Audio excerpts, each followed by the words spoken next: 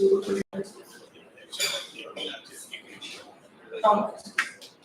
good evening, everybody. Thank you for being here. I just said to Leah, I'm going to introduce you really quickly, and she said, "Who am I?" And I said, "I have no idea." And then she said, "There's not much to say." So here you go.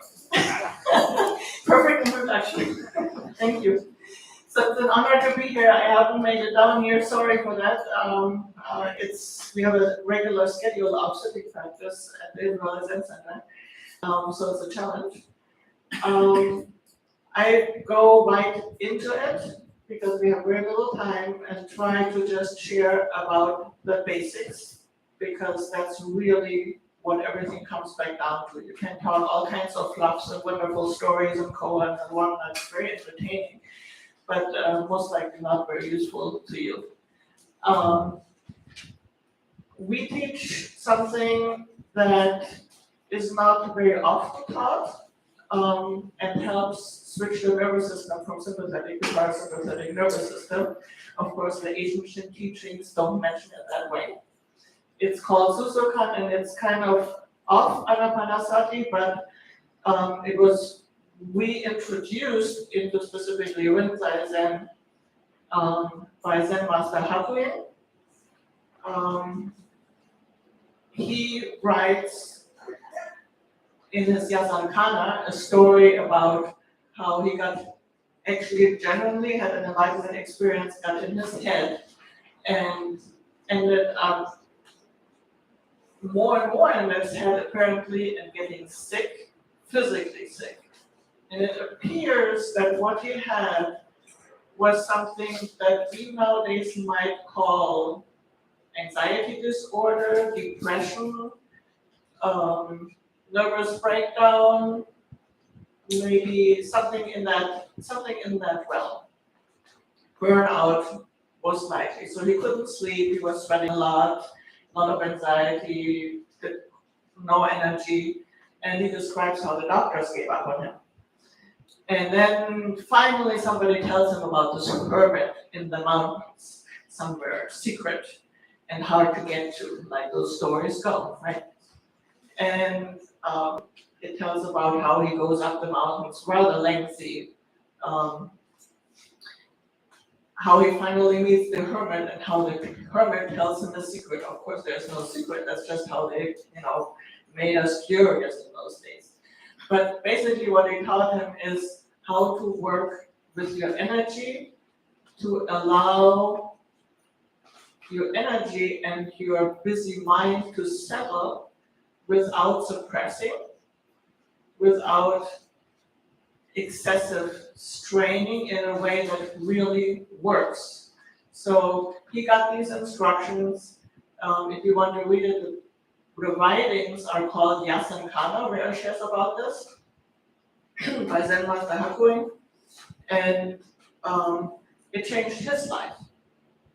So the doctors had given up on him, he says, and he healed himself just by learning to get out of his head without suppressing thoughts, using his body. And modern psychotherapy actually knows that when something shifts psychologically, there is a manifestation in the body. It works both ways. And that talking therapy, understanding what my problem is, doesn't really solve anything unless there is a real shift that can be felt physically. And so nowadays, neuroscience can explain why and how this breathing works because it helps switch the nervous system. And it is very simple. Most likely you've been taught to count your breaths, and we focus more on the exhalation than the inhalation. You also know from yoga and other exercises that you can stretch further, and when you relax into something on the exhalation. So we exhale and make the exhalation longer. And it's a process of, yes, me doing something, but also relaxing into. There's often this problem of self-effort coming up in practice. especially in this country, we like slogans more, something more doing, like the Home Depot. So naturally we approach meditation with the same attitude. And here, the subtlety in the effort is to learn to switch from this attitude of doing something, accomplishing another thing, that when I have this attitude, I will stop doing as soon as I feel a little bit too busy, because it's just one more thing on my to-do list.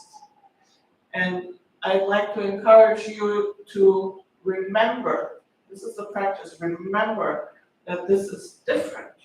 So the effort is not in accomplishing another thing, perfecting a meditation technique, but to remember to switch from doing something to listening,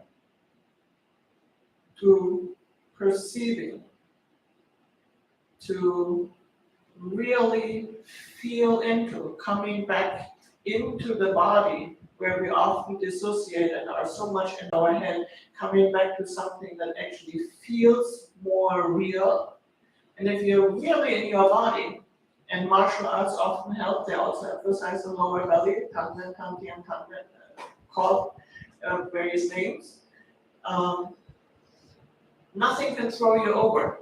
It's like you have your feet solidly on the ground, you have your center of gravity low, and that allows you at the same time to have your upper body free and open.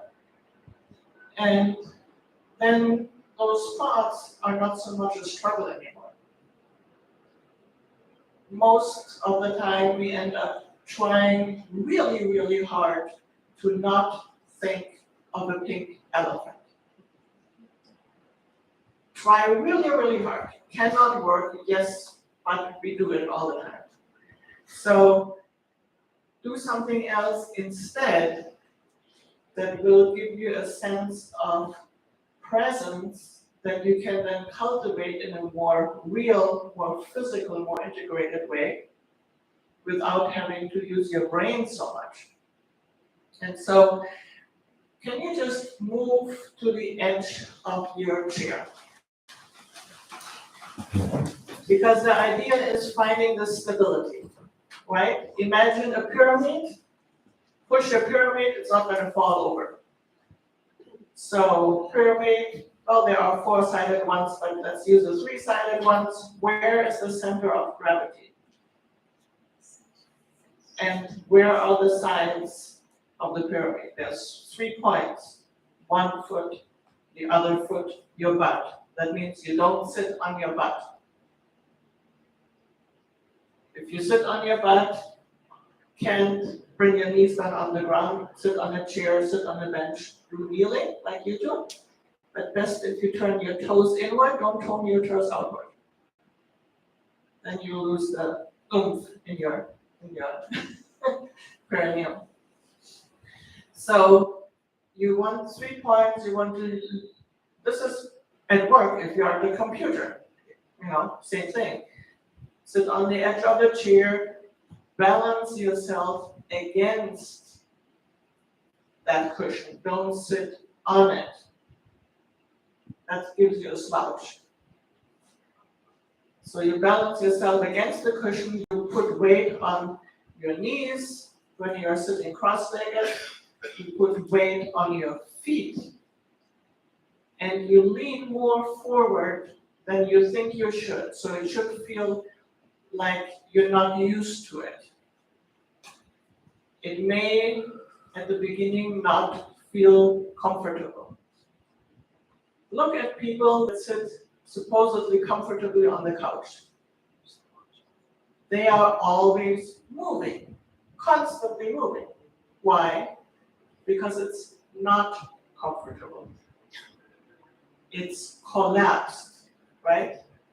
There is a sense of clear comfort that is from something feels right versus something feels good in the sense of collapse and I can just go somewhere else, right?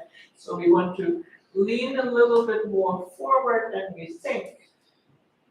So your center of gravity can come forward enough that you can actually breathe healthily like a baby. Where do babies breathe? They do belly breathing. Where do we breathe when we are emotionally triggered and reactive? Chest, right? All that energy, belly is tight. So we want to learn again to use the body in the most natural and healthy way, and that means at the beginning it takes some effort because we need to remember.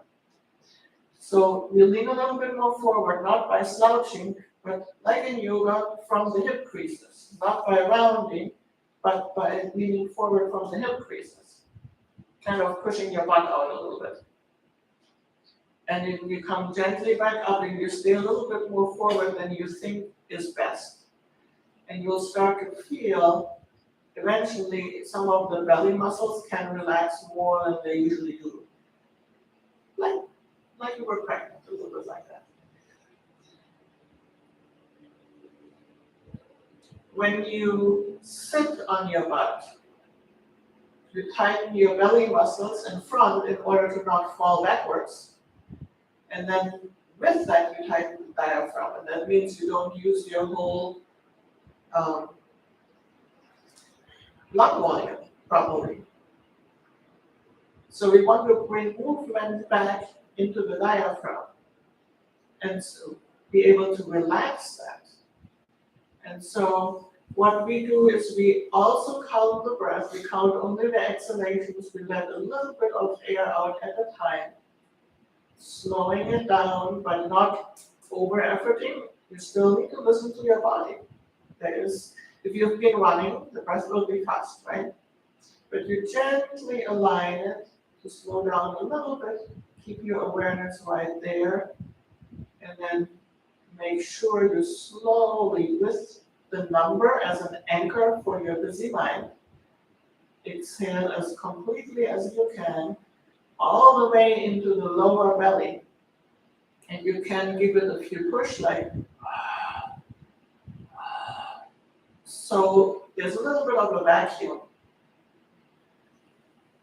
That means your abdominal muscles are not rigidly tense, but they are a little bit engaged. When you really exhale completely and you let those muscles go, the inhalation comes fast. Just enough air, exactly as much air as you actually need. So there's no need to gasp to produce a long breath. When you are able to, for a certain period of time, consistently concentrate. This is still concentration. This is not deep meditation yet, but it helps. It's a very good entrance. You concentrate on the breath. You use the number to give your mind something else to do, so you don't try to start struggling with thoughts, because we know that doesn't work. So you just replace all those thoughts with a number, and then you just gently exhale. Keep your eyes open, because we are not using meditation as an escape. We want to be stable no matter what comes, right? We also don't want to fall asleep, and we also don't want to go into some new comfort zone, kind of our meditation bubble, that then feels like we have to protect it against a bad outside world. We want to integrate, right? We want to find the stability of meditation when we are walking, when we are facing an enemy person, when there is some difficulty, right? So we do keep the eyes open when we rest them. So usually if you sit on the floor, it's 3 to 5 feet in front of you. If you're sitting on a chair, it can be further away. But so you've already leaned forward from the hip creases, you come back up a little bit, you stretch up like you were hanging, chin goes down, back a little bit. You gently raise the sternum here, works together with the lower back, if you can feel that. And then slowly exhales, like,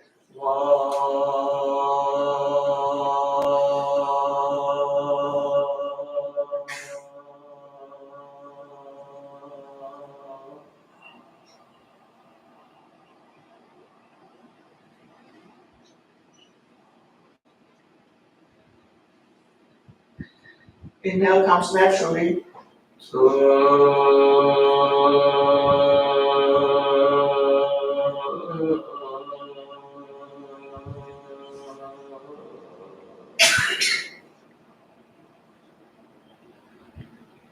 Give it a little push.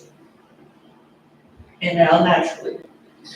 And there are basic instructions, but the whole point is eventually to learn to distinguish between concentrating on the breath and being it more and more.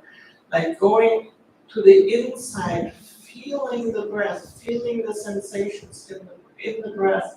There's a lot happening within this one breath if you're actually feeling it. And then we say becoming one with it, but that usually doesn't tell you much. So feeling it, like when you learn a new skill or when you learn a dance, at the beginning your mind goes, where's my hand gonna go? Where's my foot gonna go? You know, how do I handle this? And your mind is gonna jump around.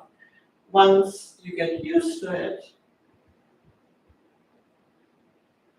there's a switch from concentration. Concentration can only hold one thing at a time.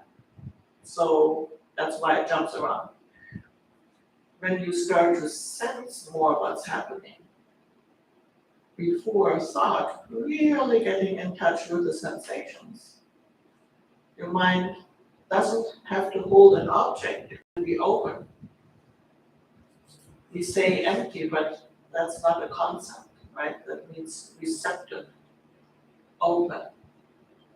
Know the image of the empty cup, so don't make the mistake of using the concept of emptiness as an excuse to suppress or dissociate or not want to feel. There's all kinds of things we don't want to feel, but they'll bite us in the butt if we suppress. So we want to learn to deeply relax with what is there with no need to change it. This is one of my favorite sentences in a more traditional way. It's a quote by a Tibetan master. Relax with whatever you think the problem is, physical, mental, job, relax with what is, with no need to change it. And in a way that you could not possibly have imagined, that does change everything. But it has to be genuine. You can't just, I'm going to accept this for a little bit because I want the change, right? The moment it is genuine, you go on the inside, you realize what you thought was a problem is not what you thought it was. This is actual logical because it's not a thought. A thought is a picture. It's not reality. So as soon as you get in touch with something real, you actually start to physically get a sense of the difference between what's really happening in real time right here, right now, and what's just in the head. And once you get an integrated overall sense of how that feels in your body, that's something you can cultivate on and off the cushion, right? The question is often, my mind has gotten a little bit more quiet. Now, how am I going to keep this going in everyday life? And traditional way to say it is, you keep it going by giving yourself as completely to whatever you're doing at that time. I'd rather say, don't make the effort to keep it going, right? That still, holds you back. Really give yourself to what needs to be done. And if you have intrusive thoughts, give yourself more completely to the present moment. That's the way that it works. If you start struggling, that's a sign, you're caught somewhere and you don't want to continue down that very same road because the struggle just gets worse, the tension just builds. So you want to take it as a sign, okay, come back, breathe, get in touch with what's really there. And of course, on a deeper level, what is really there? Right? Is this really there? Or by the time you hear the sound, how does awareness function? So it gets more and more subtle. Eventually, you come to learn to concentrate more consistently. When you concentrate and exhale completely for a while, you start to feel a little bit more grounded in your belly. You can feel more spacious and more relaxed in your upper body. It's a little bit like martial arts. Nobody can push you over anymore. You feel this groundedness. And that applies also to the thoughts. The thoughts won't just push you over, and you have a little bit more freedom from these automatic things that happen, right? It's a brain function. It's natural.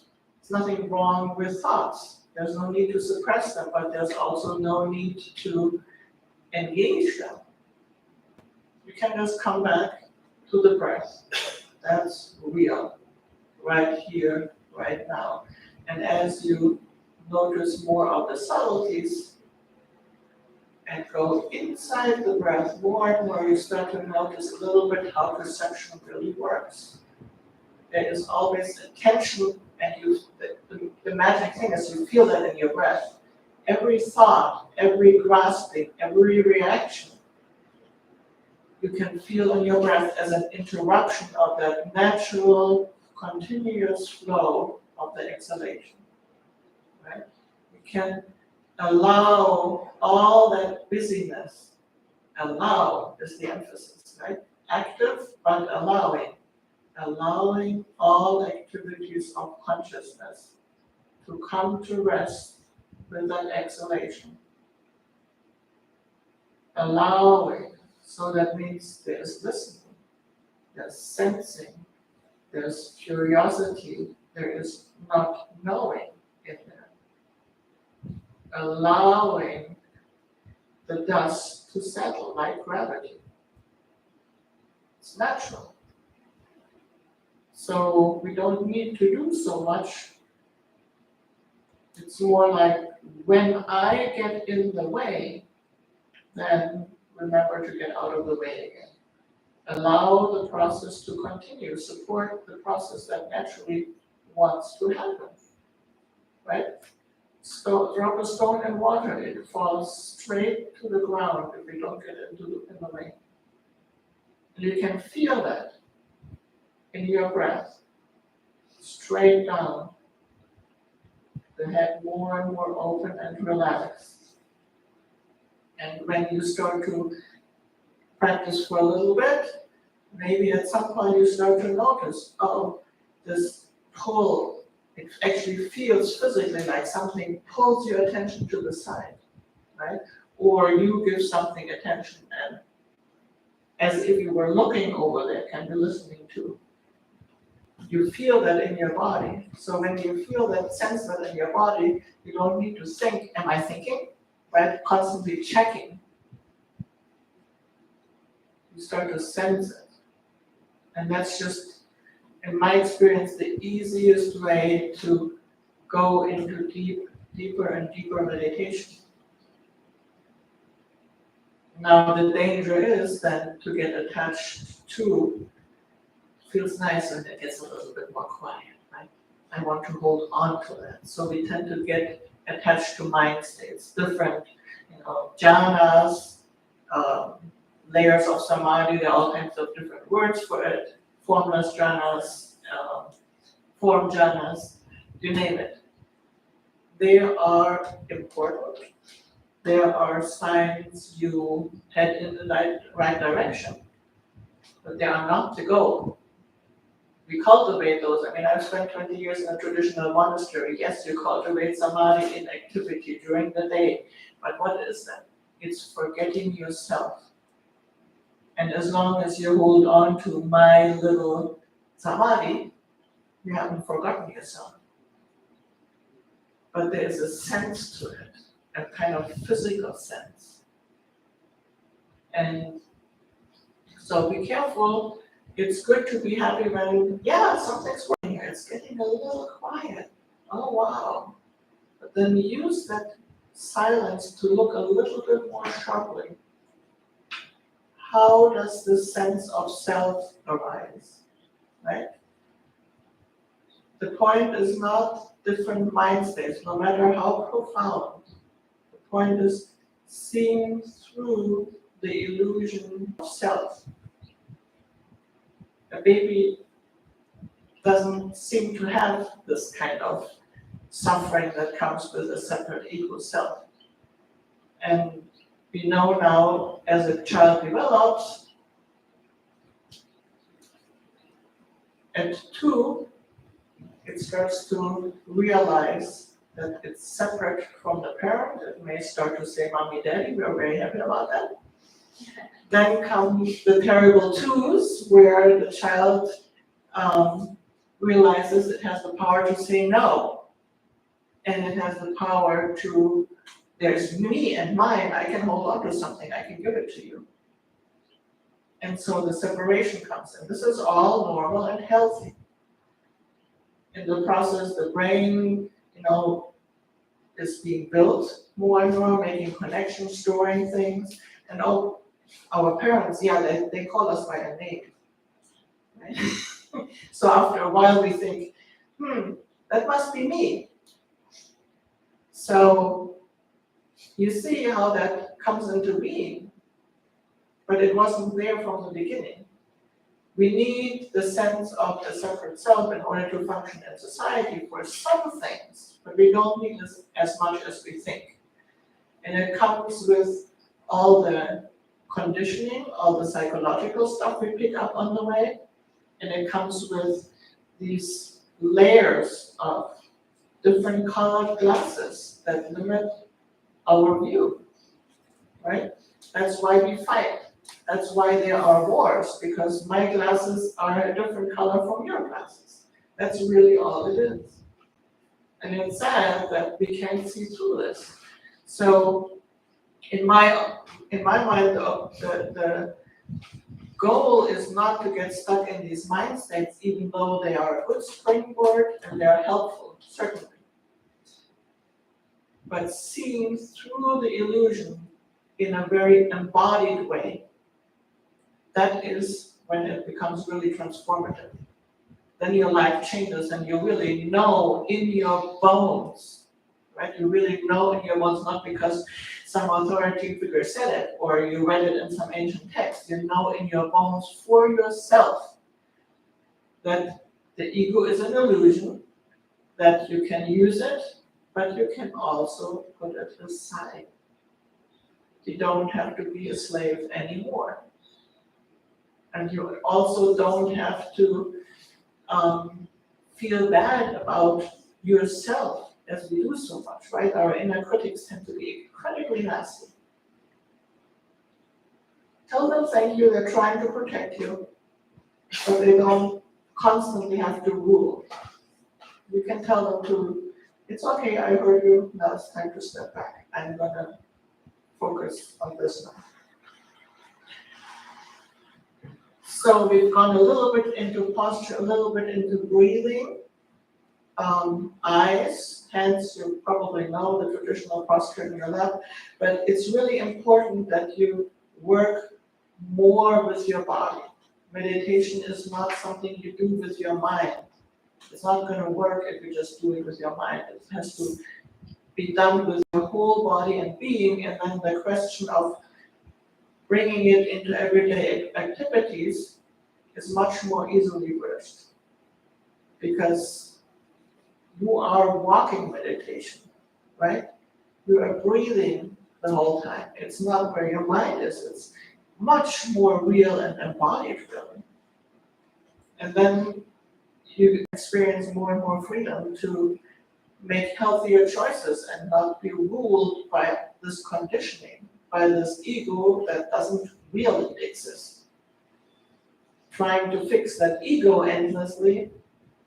Yes, therapy is helpful. I highly recommend it, healing on that level, but that's not enough, because we can do therapy forever. So when there's a need for some specific things, I think it's extremely useful, but also look at the deeper place where all of that conditioning has never been a problem. It's something we pick up. It's not real. If we see through it as it arises, right? You're sitting in meditation, you're focusing on your breath, you may be still counting, but you're more and more sensing the breath. And then you see what comes out. Sometimes you sense it even before you know what the content of the thought is. It feels like attention coming up. You can release it right there. It may still arise, but you can release it right there. You see through it. You see it for what it is. And it's not a problem. It doesn't have to rule your life anymore. Even if the habit patterns are still active, the moment you see it, right? And we don't like to see it. Right? We need to fix it. They are not allowed to arise anymore. I have to be perfect. What's enlightenment? Perfection. Who is perfect? I mean, see these ideas that we have in our head about awakening, various things, emptiness, awakening, or normalcy. We all think we are not normal. We all project there is a normal out there in society, and usually we think we are under. We hear the word emptiness. Our mind wants something to grasp, so we imagine a black hole, but we can't really, our subconscious can't really do anything with a negative. And yet, we project things into this, and we tend to use it as an escape from our problems. So be careful and pay attention to, so you don't end up using meditation as an escape from reality or get stuck halfway. Just continue letting go, allowing all activities of consciousness to come to rest, and remember this allowing, and then things will start coming to you more and more. And in Christianity, they have this prayer, let me do thy will. Well, how do we know? Because listen and pay attention and be open. That's really what that means. You have to be open so things can start coming to us, so we can actually see what's there, not just our clouded glasses, right? So one thing that I think can help sort things out there is the first layer that usually becomes clear is called mirror wisdom. So as we let go, as we work with the breath, deepening into the exhalation, while staying open, eyes half open, ears open, sense the sensations on our skin. We may sense some pain in the knees. We don't shut down. Relax, release into that more and more deeply. Anything that has to do with a me, all this bubbling up, and it's not the thoughts, anything that has to do with this illusion of being separate, release that. And extend your out-breath beyond. And be curious, what's there? What's at the bottom? If I let go completely of who I think I am, what's there? What remains? And use the extended out-breath to kind of sense in that direction. And that's the most powerful tool of meditation I really know. There's something that brings you to meditation. Maybe it's a sense of a lack of something, or a need, or somebody died and you really need to know, where do we come from? Where do we go? Why am I alive?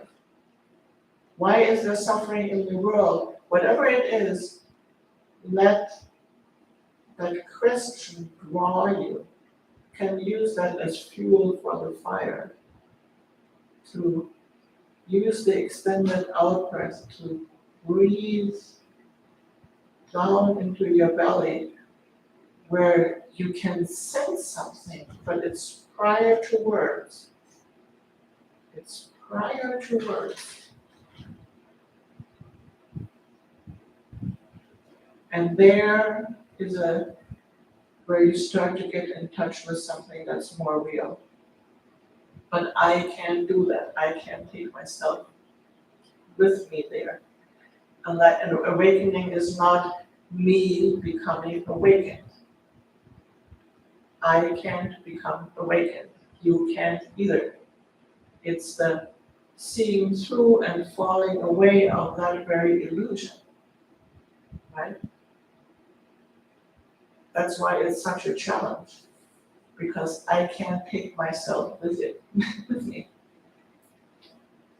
It's this whole complex falling away that is called awakening. But then there's nobody there anymore who's awake. So be careful if people talk about how awakened they are, and awakening experiences, yes, they do exist, but they can also be a big trap, like Haguin, who got in his head about it and got sick from it.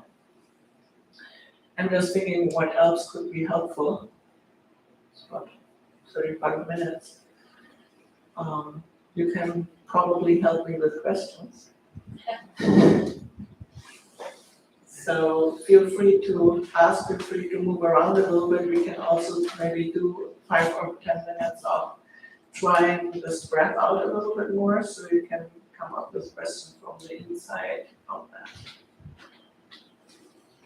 And when you're ready to work with a teacher, it's important to not sit only at home. You're all here, so I'm talking to the wrong people. Sit with a group at least once a week. Otherwise, you end up creating your own little world, and we need to challenge that bubble, because that bubble becomes smaller and smaller and cuts into a prison. So we need the challenge. I have a question. I have a question. Yeah. Is there a wrong way to meditate? Is there a right way, and time-wise? How long, you mean? Yeah. Well, it's hard to exactly say right or wrong. There are correct instructions, but the right way is what you genuinely find out for yourself. So accessing the wisdom, getting directly in touch. I mean, what did the Buddha do, right? Yes, he went to these hermits and did all kinds of ascetic practices. And then he wasn't satisfied with what he found. He mastered a lot. He got the technique right? But his question was still there. And so he kept working with no more instructions other than what he'd already mastered, and was just totally determined to find out, how does suffering arise? How does this happen? What can I do about it? So while there are all these wonderful teachings and instructions out there, it's our job to bring it to life, right? Once you've perfected the technique, if you stop there, that's wrong. The moment it's on automatic, the moment it's not genuine, you could call it wrong. But we all have times like that, of course, right? So the effort is to bring it to life in your own body and mind and breath right here, right now. And then it's yours. Make it yours. That's why I ended up with Zen, because there was a tradition that didn't tell you what to believe. There were some instructions, but Zen master challenges you to show them that you have actually realized it for yourself. They're not teaching you anything, they're taking things away. So everything you bring, that's not it. That's not it. That's not it either. That's how you go deeper. You can feel desperate at times, which is actually a very potent, very good place to be when you feel really, really stuck in life. You are right on the edge of a huge transformation. As uncomfortable as that can feel like dying, because a part of us has to die to actually, for something new to be seen and let in sometimes. Does that help at all? You know, that it has to be genuine. Anything other than that is really wrong, and if it's genuine, you will find your way. Because you know inside if something feels right. You can't trust your brain about that. But the more you get in touch with yourself, we have this deeper wisdom in us already. It's there. We just need to access it. And so trusting that and using the techniques, yes. Practicing with others, yes. Asking questions, yes. Being challenged, yes. But ultimately, you are your own teacher. Up to a point, the posture and the breath are your teacher. The breath will teach you a little bit about posture, because if your posture is rigid, you can't breathe properly. The breath will slowly start to teach you something about where you are with your mind, because you start to feel every time you're grasping and holding on or rejecting, you feel it in your breath. And so it's more and more listening to that, and then you can guide yourself in the subtle ways, right? The techniques are all correct, but to make it real for yourself, that's the real art. And there's creativity and joy in that. Like a child. And the first thing we experience when we go really, really deep is called this mirroring wisdom, like a small child that has no name for anything, right? Imagine a child sees a tree for the first time. There's no name, no type of tree, no color of a leaf, no name for a leaf, no experience under a tree. There's wonder, right? That's why kids can do the same thing over and over again, and it's always exciting and fresh and new, and there is life in there, right?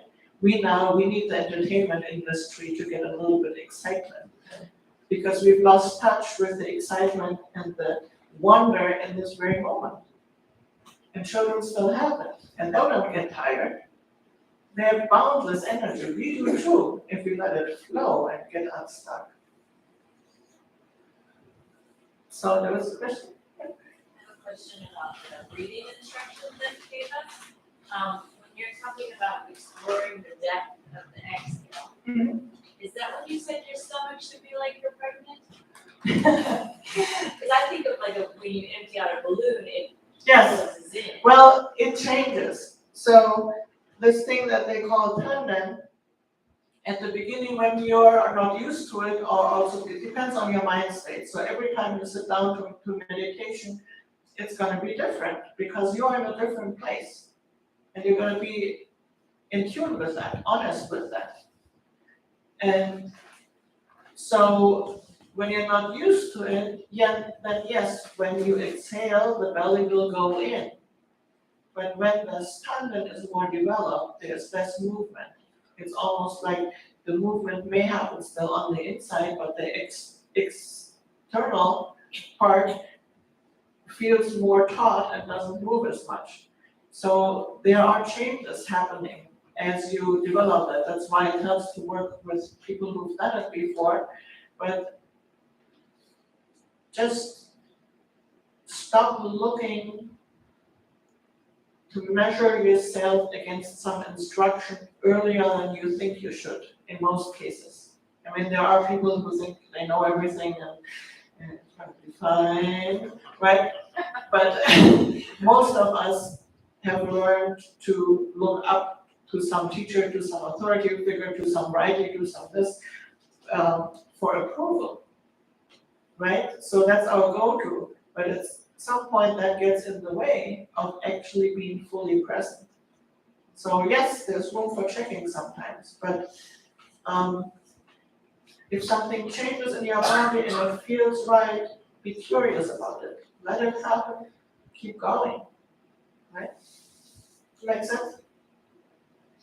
So don't let the technique get in the way. You want to learn the instrument, you want to go through the baby steps, learn the technique, but then fly, right? Let it be real. What in your life brought you to Buddhism? You know, that changes as I get older and I look at my upbringing and my youth and all of this differently. So right now, I'm thinking that my parents were having a phase when they were fighting a lot. They could fight about which package of strawberry to buy. And I thought that was pretty stupid.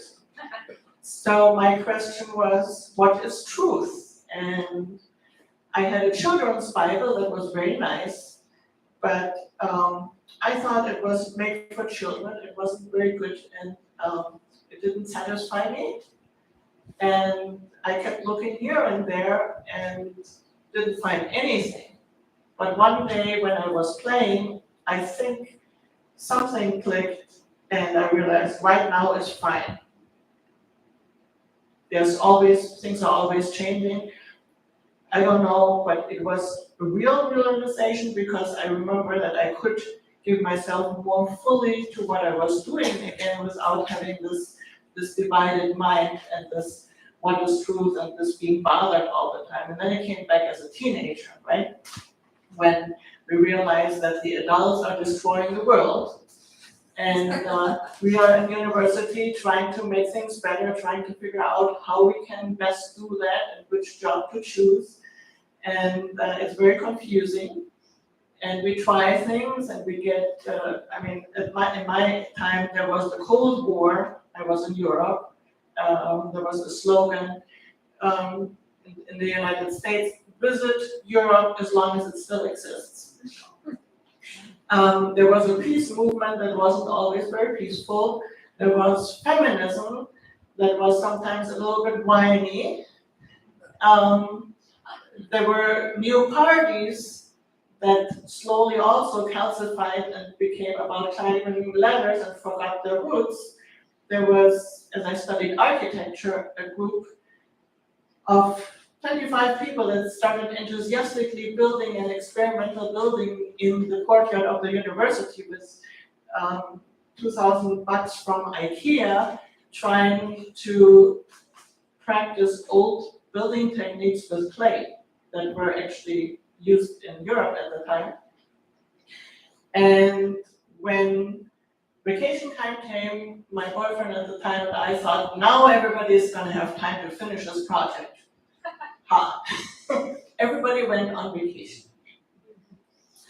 So, and I looked into yoga and this and that, and I could not have said it at the time, but I think by digging pretty deep in certain areas, I realized that it's most likely most effective to clarify my own mind and help others to do so too. Kind of long-term effort to solve the problems of the world rather than, going to Africa and maybe feeding a couple of people, but possibly also harming something at the same time because we rarely see the whole picture, or just pushing a problem from here to there, right? That's what we're very good at. Moving problems around, but not solving anything. So I think my sense was there must be a way to get to the root and then to help others to do so too. And you won't see the result because who knows who hears what when and does what when, and you never make the connection. So it takes lots of patience to just keep doing and saying the same thing over and over again and not knowing the result. But there is a result. And there is a result if you go out of your meditation and there are things you don't do and say, and maybe there's something nice you do and say, that makes a difference. And that has ripple effects. And we don't know precisely which ripple effects because our brains are a little bit too small to see the complexity. But there is cause and effect, can't be denied. So there will be an effect, can be scary. What do I miss, what do I not do, and what's the effect of that, right? So we need to be also very patient with ourselves and humble, and just keep going. And also, try to do enough self-care. I'm not that good at that yet, but I'm working on it. Sometimes step back and take a break. One of the things I found, even as we were sitting here kind of meditating, was, you mentioned something about feeling pain, and, I'm sitting here and I'm feeling relaxed and I'm meditating, and all of a sudden I feel this pain in my shoulder, and, and I don't know if it's my mind or my ego saying, Allison, you need to pay attention to that, so stop your meditating, just pulling me away from where I'm at. So I guess for me, the challenge is not concentrating on any pain, because now I'm sitting here talking, I don't feel this pain in my shoulder. But when I was meditating, it's like, ooh, what's that? Where's that coming from? And then there goes my attention to the pain.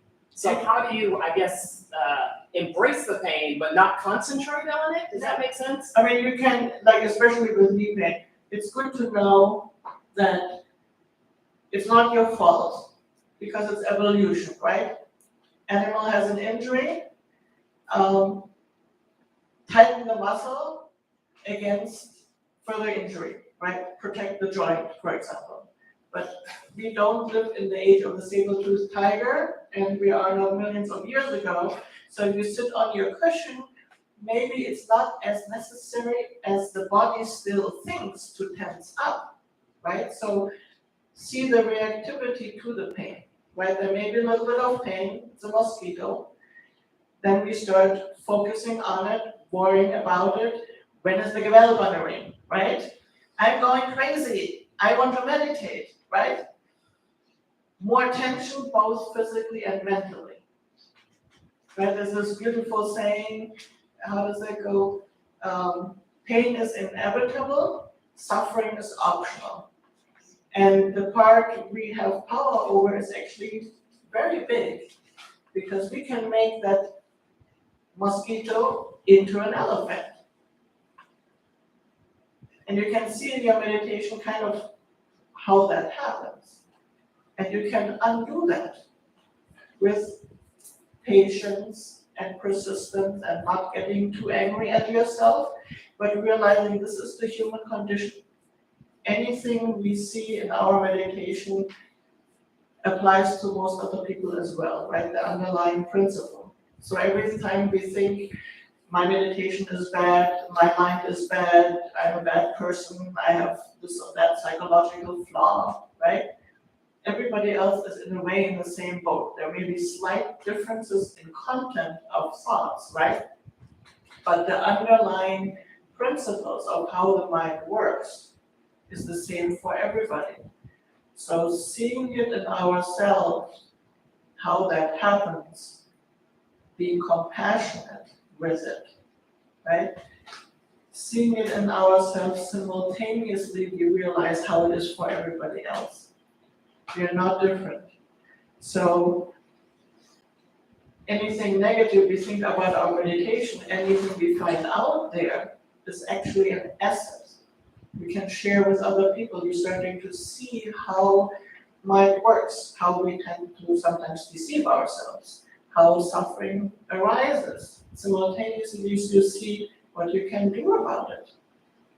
relax with what is, no need to add to it. Yes, the body tenses up, some of it is natural, some of it is evolution. It's not me being bad, right? Lean into it, do your deep exhalation like in yoga when you're stretching into a posture.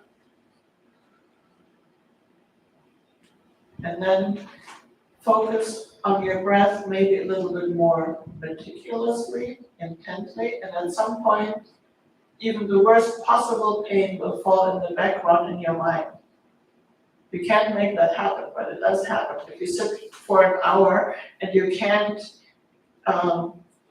hold it anymore, you can't resist anymore, at some point, it does fall in the background. You don't have to go that far, you may be able to release it earlier. But eventually it goes back to being a mosquito. Don't injure yourself, however. But there's a lot of pain that is just tension. Most pain is.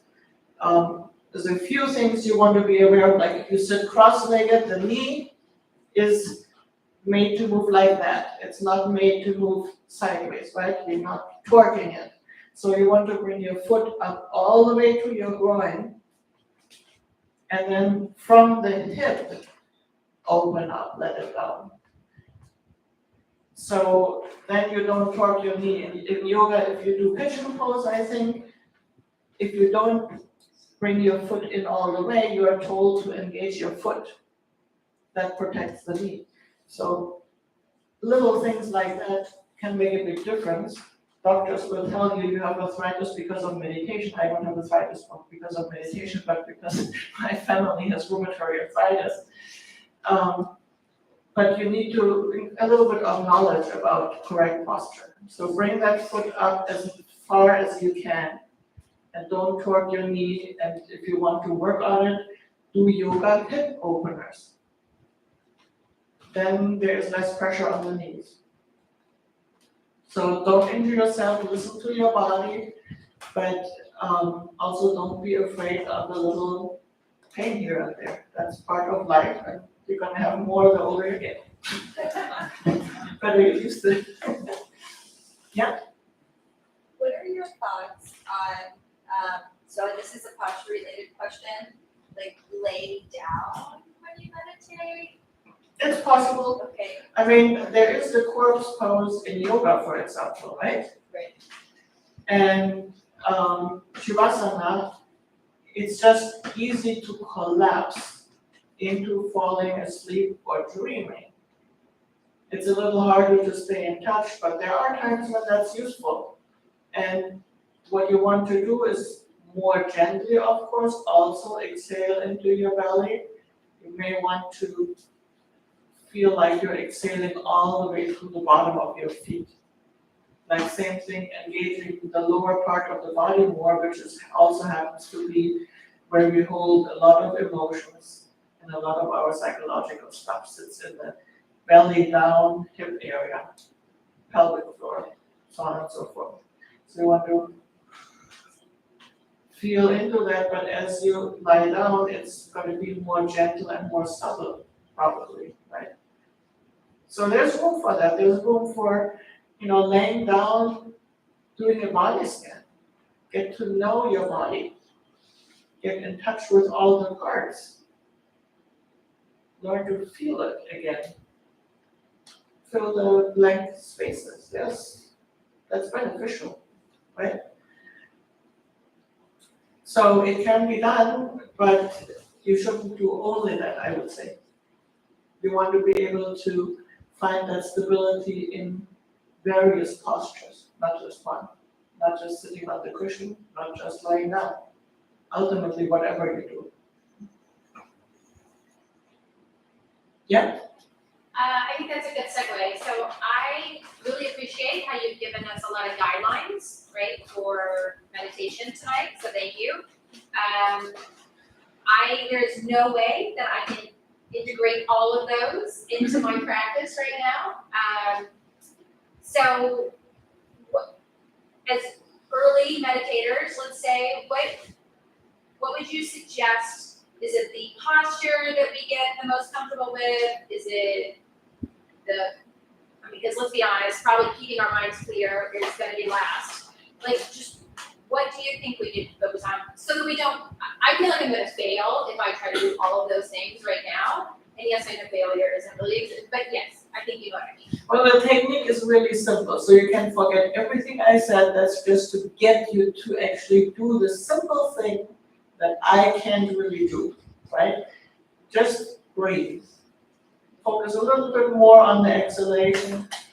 Feel your body while you're doing it, right? Feel the sensation of the breath going down, of the exhalation. And let your mind settle with it. There's nothing to meditation. Our minds are very complicated. Meditation is very simple. I Very, like the idea of laying down sometimes though, right? Like, so, I mean, so is it super important that I get comfortable with? I think it's a matter of mental discipline, right? When we are sitting, we feel like we have something to do and we are really there for it. When you lay down, it's a more subtle discipline. It's a little bit more on the concentration, focus, intention side, right? You gotta be really showing up for it. It's gonna feel different than on the cushion, but it's the same challenge. You gotta be really showing up for it, not going somewhere else, right? Yeah, it just helps with pain sometimes, right? So then the pain, Sit on a chair. yeah. There's nothing wrong with chairs. These are not great because they're going downward. If you have a chair like that, put something on it so you have a forward slope and your knees are a little bit lower than your hips and your feet can be stable on the ground. So now you just hacked my meditation and I really appreciate that, thank you. Like the idea of a cushion, I had not thought of. That's great, thank you. Yeah, I mean, I tell people there's no excuse to not do meditation. You can do it standing. You can stand on your head. I don't care. Yeah.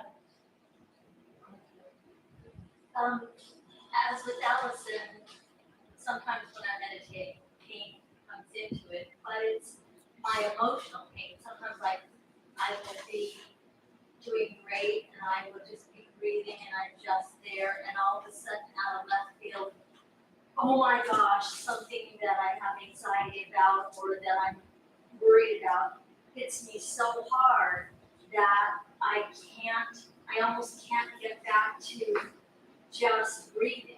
It's almost so overwhelming. Right. And so I try to stay with it and I try to breathe with it. But as Allison said with her shoulder pain, sometimes the anxiety pain is overwhelming and I almost just want to stop and Right. run away. Whatever layer we add onto it, that's it too. Then you feel that. Same thing. Stay with what's there, not the thoughts about it, right? The stories, poor me, when is this gonna end? Worry about the future story, right?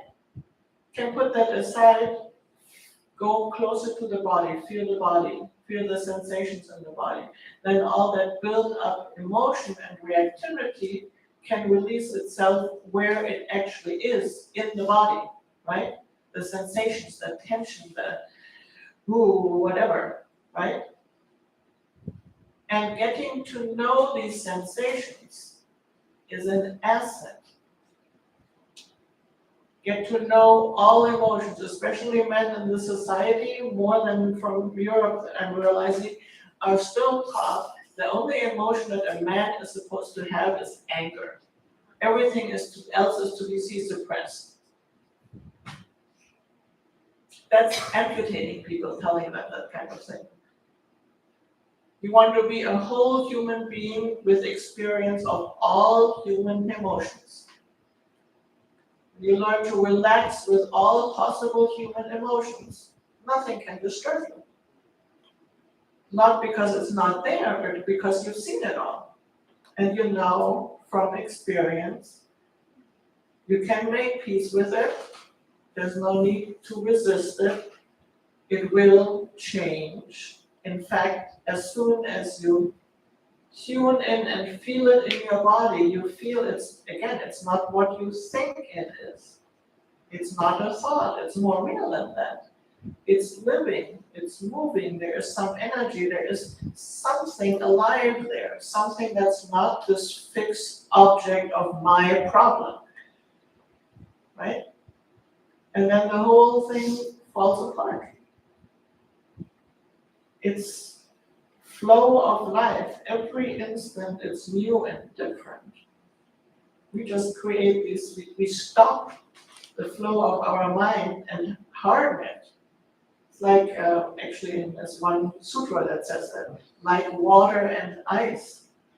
It's the same substance. Frozen, it's hard. It's still ice. It's still the same chemical. H2O, when it's water and when it's ice. So all we need to do is not resisting. No need to become a different person. No need to not have any problems. We all do. But learning to be with and realizing it's okay and we are human. That's what unites us, and our own experience of what we usually want to not experience gets us closer to other people, closer to ourselves, simultaneously closer to the suffering of others. And then maybe when your boss the next time is angry at you and you want to just lash out, you see something else. Maybe you see that they are on some level suffering too. You may not be able to do something about it, but it makes you feel a little better. As you see how your own reactivity arises, which can be very unpleasant, you also learn about other people simultaneously. So everything is okay, everything can be there. Then it doesn't run our lives anymore, right? Then we don't have to act out. Anything that's suppressed is going to bite us in the butt eventually. As you see it, then you have a choice. If you try to pretend something's not there, it may run your life.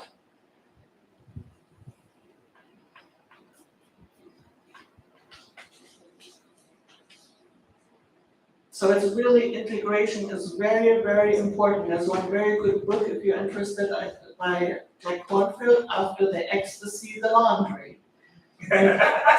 He went to the forest monastery and he learned very deep meditation and he was indeed very accomplished, but he was in this bubble. And then he came back to, I think it was New York, and lost it all. Well, it wasn't completely useless because he kept going and integrating, but he wrote this great book, After the Ecstasy, the Laundry. So, because there is no escape. We may just be lucky that the conditions right now are such that we aren't triggered in certain ways. But maybe you can see the triggers and the nasty in-law or whatever as a gift. Because when you see through it and deal with it and find your way through it, nothing else can bother you anymore in that area. You've seen it. Then you have a choice. You can't change other people, but you can change yourself, and that makes a big difference. So yes, do meditate, but also do the integration part. And it's not just anything that I do is meditation, that's mental understanding, that's a slogan. There's more to that. There is a sense in your body of clarity that you can find that's much more real than constantly checking your head, am I thinking, right? That just drives you nuts. And makes it impossible to get any work done because you can't at the same time concentrate on your breath and on your work. You can't at the same time even concentrate on your breath and walk. Walking meditation is already a challenge. You already have to be more in your body with a more open mind. As soon as you hold on to an object, even the object of meditation, you may bump into somebody. So there is this transition from that at some point you may find useful from concentration, which is very important. Concentration of the number can be your lifeline for quite a while. But then there's this transition into a more open focus that doesn't need an object anymore. And then things start coming to you and there's more creativity. Not imagination, right? But something that's beyond you. That's why it's still a religious practice. It's something I can't do no matter which master I go to, no matter how correctly I meditate, no matter how long, no matter where. There's something I cannot do. And that's why it's a religious practice, and that's why there is something like surrender necessary. Allowing, opening into the moment, right? 100 degrees opposite of this whole depot slogan. And that actually feels good, and everything starts to relax. Not collapse, relax. There's awareness, as if you are allowing yourself to fall asleep. The self-conscious awareness thins out, but there is somehow the light of awareness is still on. It feels different than usual, but it's not this collapsing. It feels better. It feels not always good because there can be knee pain or this or that, but it feels right. There's something that feels right, and that's what I think every human being, if we are honest with ourselves, can relate to. Right? If you tell yourself to diet, to not eat this, to not drink this, it's not working. The moment you switch to actually listening, what would feel right, what do I really need right now, then things become clear, right? Same thing. I really trust that deep down as human beings we know. We just usually don't connect with it. And there's whole industries making money off trying to pull us away from connecting with our own inner wisdom. Getting the reward system going, same as with drugs. The Netflix next movie automatically starting, right? You get pulled into that. That's much easier than sitting down and taking a breath and not knowing. There's an initial, I really don't want to do it. It's so much easier to keep going there. But that little, it's just a little moment, and then it's gonna feel so much better, so much more right. And the more often you practice this, coming back, feeling the resistance and still jumping into the slightly colder water, then you get used to it, it gets easy.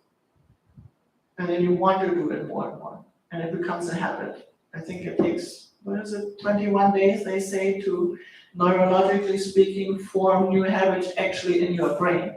So it's not forever hard. It gets a little easier with time. Not very Buddhist talk, not very Zen, but maybe it's a little bit helpful. You can come to HVCC, there we are a little bit more Zen. Yeah, What drives you at the current moment? what drives me right now? Yeah. And I was almost gonna say my bladder.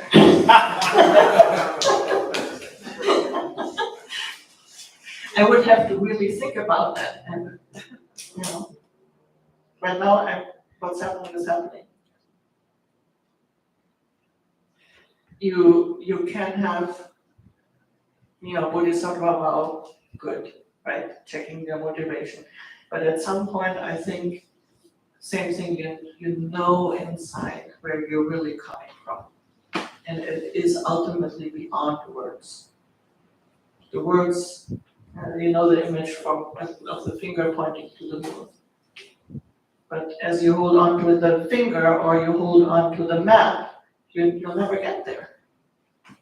And most of us always want this confirmation of, I'm doing it right. And be genuine. You can't go wrong because one step in the supposedly wrong direction genuinely teaches you something.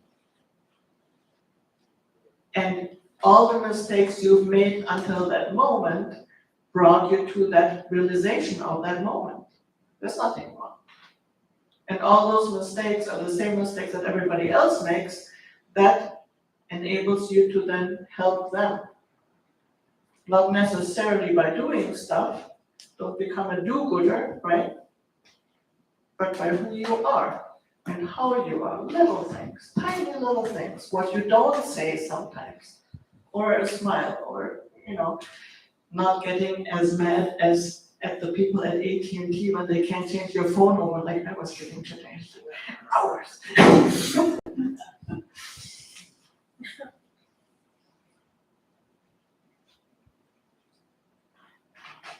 Now, are you ready for meditation? Shall we start now? Yes, 8:15. So is there anything else? Shall we just breathe for 2 or 3 minutes or something? Yeah. Maybe you can try out a little bit and then send me all the questions for email. So it's really, really simple. Breath. Let the breath teach you the posture, lean into the moment, open into the moment. Don't have to like it.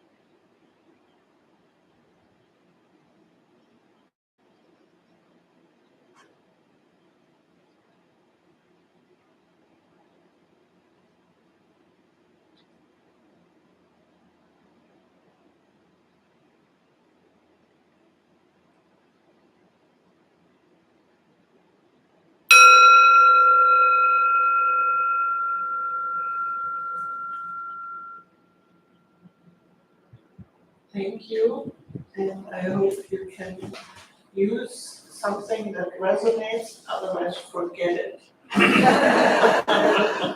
Don't let it become another trap. So I just want to, before y'all head out, just again, Sozui SenSei, thank you so much for being here. It's been a long time since we've had you with us. So I know we've been sending you groups for a few years, but it's really beautiful to have you here. Thank you very much, and thank you, this is wonderful. Thank you. Thank you for all you do and for you guys filling it with life and supporting. Thank you. And for those of you who are here, maybe for the first time, welcome to Dharma Temple. We opened this place about 17 years ago to introduce this practice to those who show up.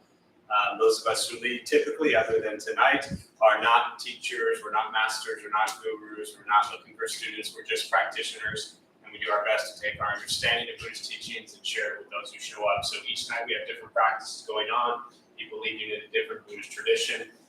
We have quite a large recovery sangha, so anyone dealing with addiction, drugs, alcohol, whatever it might be, that meets a handful of times a week, as well as a food redistribution program where we take food and we feed people who sleep on the streets every night. So anytime you think your life is really rough, go feed people sleeping on a sidewalk, and it tends to put things into perspective. Everything we do here is free. When we do have special guests come down, we do ask for donations to be able to support their effort. I have a hat. Oh, this we got it. Just the best. Do you want to move in? We have a room. We have a donation box back there, although the hat idea is really cute. We have a donation box back there. Please feel free so we can support Sozui and the Hidden Valley Zen Center. And if you've never been, I know some of you here have been up there, please go. Hidden Valley Zen Center, Google it, schedule's there. Please go up, support it, sit, and just get to it. So We have 23 acres, we're never gonna run out of work for volunteers. So thank you all. Thank you again.